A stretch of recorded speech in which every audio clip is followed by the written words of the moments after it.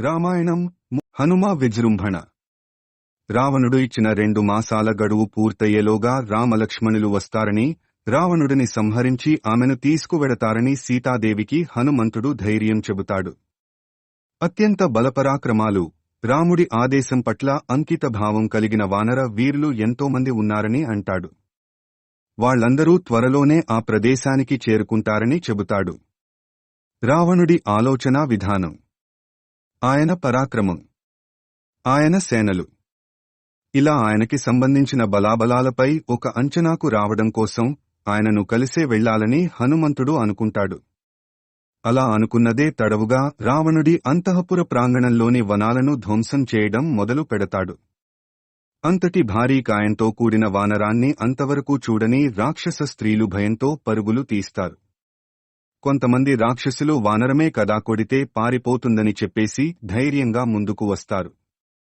వాళ్లందరికీ తన శక్తి ఎలాంటిదో హనుమంతుడు చూపిస్తాడు. పెద్ద బండరాళ్లను అవలీలగా ఎత్తేసి వాళ్లపైకి విసురుతూ ఉంటాడు.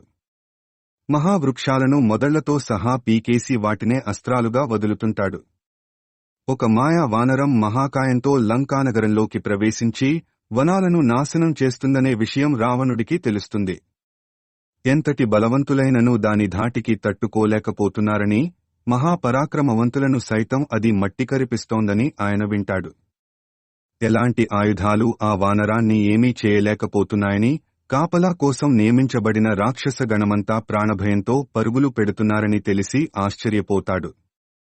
దాంతో ఆ వానరాన్ని బంధించి తీసుకురమ్మని చెప్పి జంబుమాలిని రావణుడు ఆదేశిస్తాడు.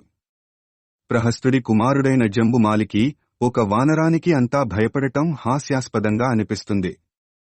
రాక్షస గణంలో ఒక వానరానికి భయపడేంత పిరికివారు ఉన్నారా అనుకుంటాడు.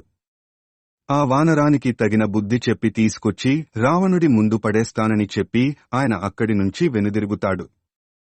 చిన్నాభిన్నమైపోయిన వనాలను చూస్తూ ముందుకు సాగుతాడు. హనుమంతుడు కనిపించగానే తన అస్త్రాలకు పని చెబుతాడు. వాటి బారి నుంచి తప్పించుకుంటూ అదును చిక్కగానే అతణ్ణి హనుమంతుడు హతమారుస్తాడు.